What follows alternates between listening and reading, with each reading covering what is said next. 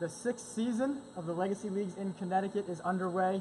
Some new analysts here for the season, and opening night started a little rough on the eyes, but it got better as the night went on. We had some highly anticipated matchups.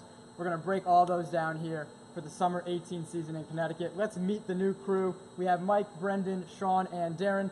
I'm Joey. You're stuck with me. I'm not going anywhere. So week 1, guys, you can tell who has played and who has not by the attire.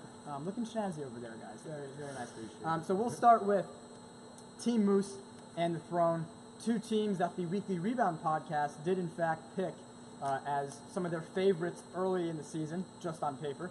You have to keep an eye out for the podcast to see who they pick. And I'm so rude. Gonna have to be selling these bad boys. Check them out. Nice shirt. So, Team Moose and the Throne, 64-55. Team Moose, who was the lower ranked team coming into the season, takes care of business. So, guys, what'd you see from Team Moose? I think, Tyler behind the camera shaking his head. Some of the very same Team Mooseian things from past seasons. But what'd you guys see that impressed you in that one? Yeah, Team Moose really played with the chip on their shoulder. They had a lot to prove, and they showed that. They were trailing early, down by 5 at halftime, but as the game went on, they kept pulling away. Their defense was big. They made the right adjustments and ultimately ended up winning 64-55. Yeah, I think Team Moose will be one of the stronger teams going into the season. They definitely have great ball movement, chemistry, and they're sound defensively. You got Jackson Mashanik. He had 26 points, shot 81% from the field. Along with 11 rebounds and 2 steals, they look pretty good so far. It's very Trevor Chavez-ish, huh? Interesting how he had a different name. See, he's played before. We're used to him. I'm going to ask a question and answer it. One word to describe Team Moose: defense. Yeah? Yeah, definitely. Good. Chemistry. Chemistry. I like it. All right, so they're already playing. These are the terrible games. You wait. I have a surprise question at the end of this. They're not prepared. Let's go to Rim Breakers and Nothing Easy. Rim Breakers escape. 3-point game. Nothing Easy, a new team. A lot of the same faces from STP from a summer ago. You played in that game. I know, Darren, you were over here, right? Yeah. For that one? So we'll let you get to Nothing Easy. You can talk about yourself. That'll be fun. Rim Breakers, what did they do to impress you?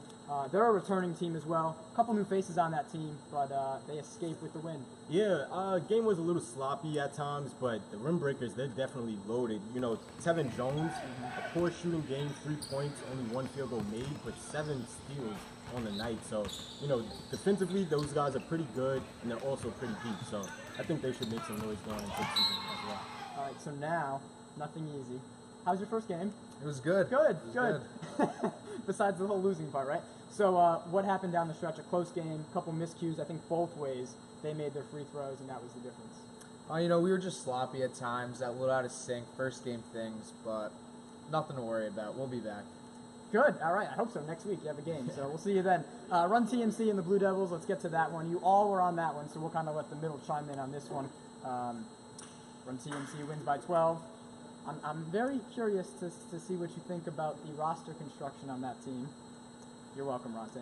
So, what did you think about Run TMC? Blue Devils hung in. It was you mentioned first day things. For teams trying to figure stuff out. I think that was portrayed in that game. What did you see from Run TMC? It was a high intensity game. I thought a lot of complaining with the refs, a lot of fouls going on.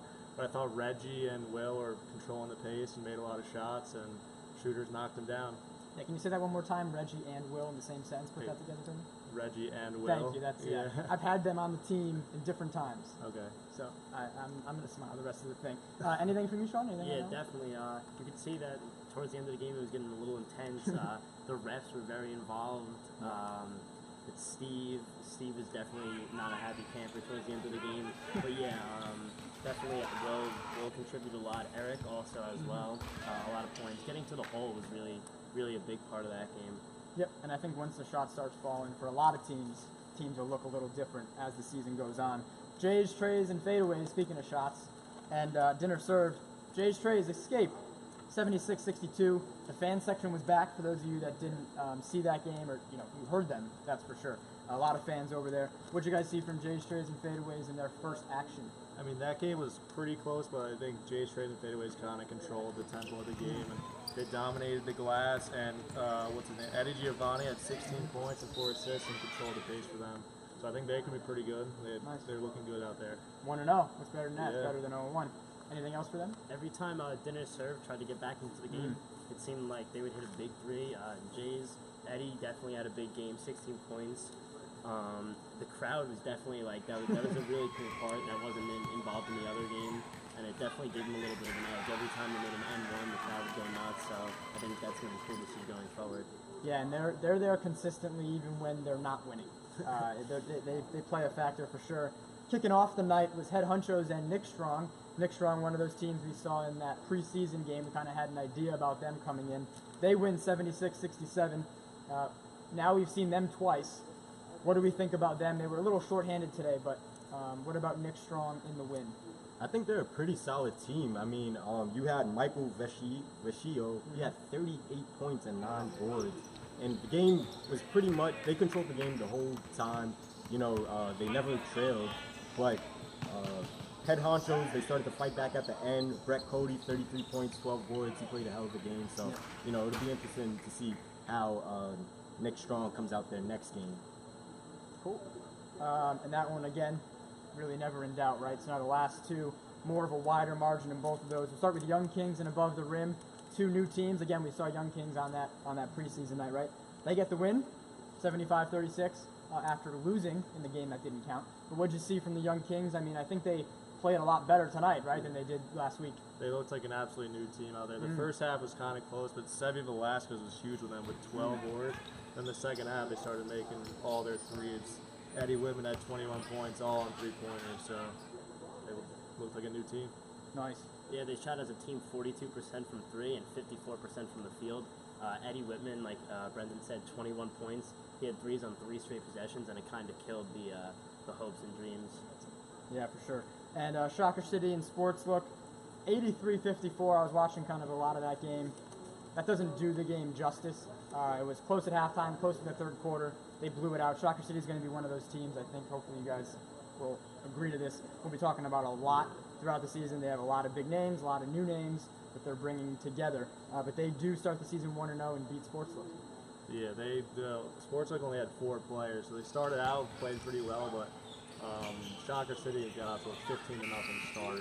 Then the second half, they just completely dominated in transition and moved the ball well, so transition was the biggest thing for them. Yeah, the whole story of the game is no Mike Davis. How would Right. Shocker City play without Mike Davis, their star?